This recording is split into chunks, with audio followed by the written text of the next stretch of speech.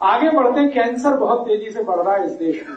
हर साल 20 लाख लोग कैंसर से मर रहे हैं और हर साल नए केसेस आ रहे हैं और सभी डॉक्टर्स हाथ पैर डाल चुके हैं, सरेंडर कर चुके हैं इसके बारे में।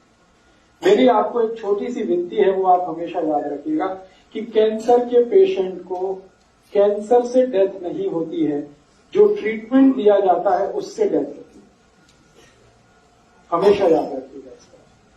कैंसर का कोई भी मरीज कैंसर से नहीं मरता, कैंसर के लिए जो उसको ट्रीटमेंट दिया जाता है उससे मरता है। माने कैंसर से ज्यादा खतरनाक कैंसर का ट्रीटमेंट है। ट्रीटमेंट कैसा है आप सभी जानते हैं, कीमोथेरेपी दे दिया, रेडियोथेरेपी दे दिया, कोबाल्ट थेरेपी दे दिया। इसमें क्या होता है कि शरीर का जो प्रतिरक्षक शक्ति है, रेजिस्टेंस, वो बिल्कुल खत्म हो जाता है। और जब कीमोथेरेपी दिए जाते हैं और वो ये बोल करके हम कैंसर के सेल को मारना चाहते हैं, तो अच्छे सेल भी उसी के साथ मर गए।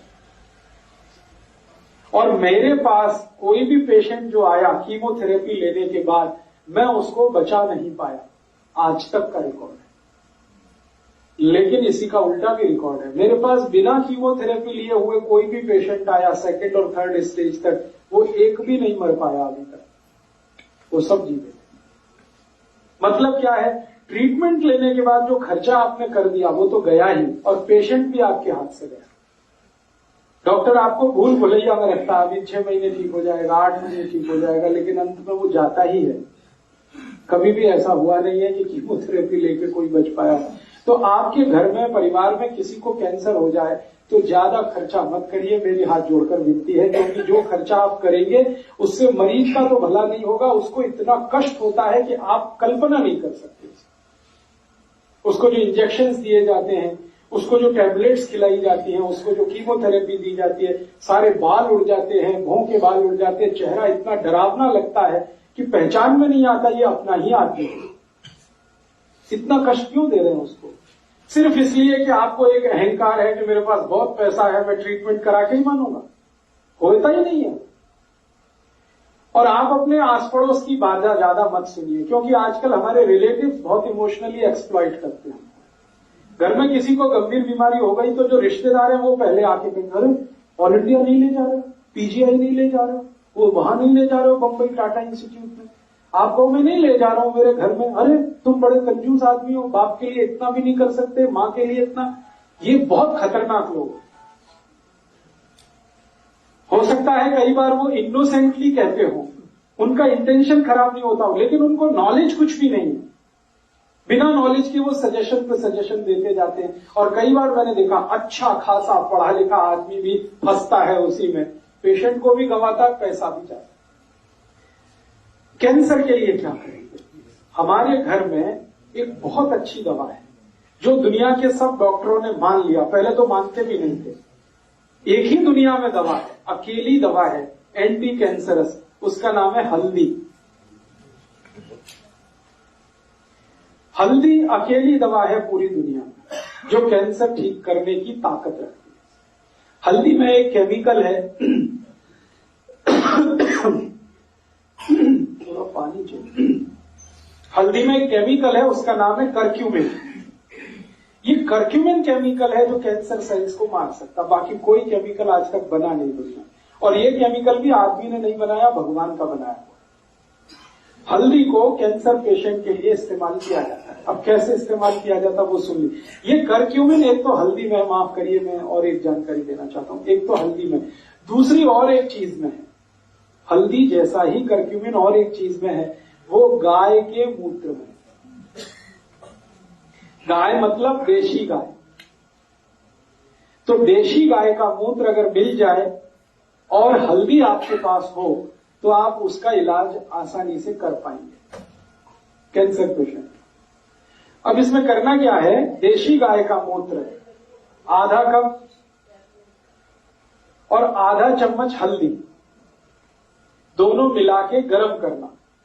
गर्म करके इसको ठंडा कर लेना। गर्म इतना करना है कि उसमें उबाल आना चाहिए, फिर ठंडा कर लीजिए। रूम टेम्परेचर पे हो गया तो चाय की तरह से पिलाना है, चुस्कियां ले लेके सिप कर आधा चम्मच हल्दी, एक आधा कप गाय का मूत्र और टीस्पून जो है ना आधा टीस्पून हल्दी,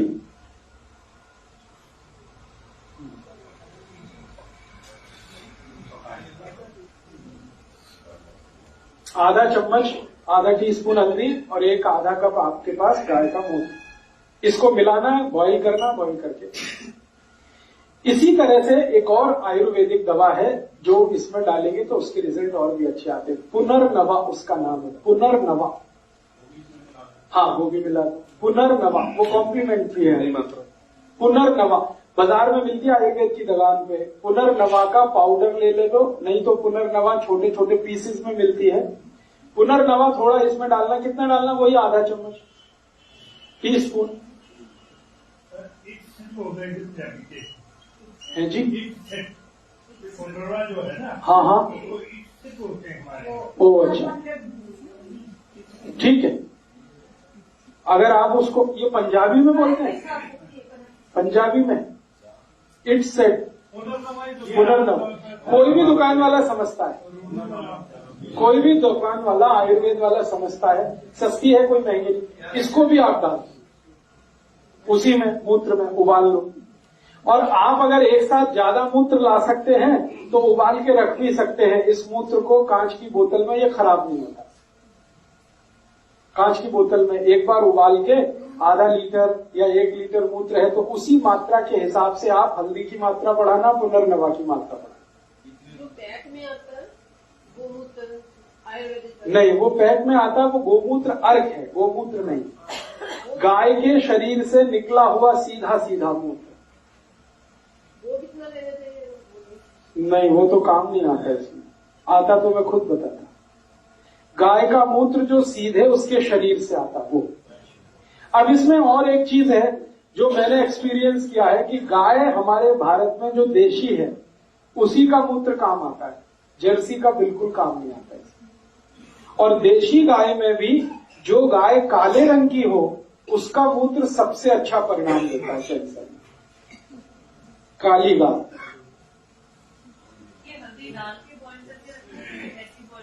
हल्दी डाल के बॉईल करके, पुनर्नवा डाल के बॉईल करके, कांच की बोतल में स्टोर करके रखिए। बोतल को कभी फ्रिज में मत रखिए, धूप में मत रखिए। एक बार में लेना कितना है, आधा ही कप लेना है एक बार। तो कैंसर के ट्रीटमेंट को आप इससे शुरू कर सकते हैं। और ये जब सेकंड स्टेज तक होता है कैंसर, कभी कभी थर्ड स्टेज तक तो इसके बहुत अच्छे रिजल्ट हैं। जब स्टेज थर्ड क्रॉस हो जाती है, फोर्थ में पहुंच गया, तब रिजल्ट में प्रॉब्लम आती है। और अगर आपने किसी पेशेंट को कीमोथेरेपी वगैरह दे दिया तो फिर इसका कोई असर नहीं आता। कितना भी पिला दो कोई रिजल्ट नहीं आता, पेशेंट मरता ही। ये हमारा 12 साल का तजुर्बा है। तो आप इसको अगर दे रहे हैं किसी पेशेंट को तो पहले पूछ लीजिए, जान लीजिए कि उसको कीमोथेरेपी तो स्टार्ट नहीं हो गई। अगर हो गई है तो आप उसमें हाथ मत डालिए। जैसा डॉक्टर कर रहा करने दीजिए, भगवान से प्रार्थना करिए उसके लिए, इतना ही करिए। और अगर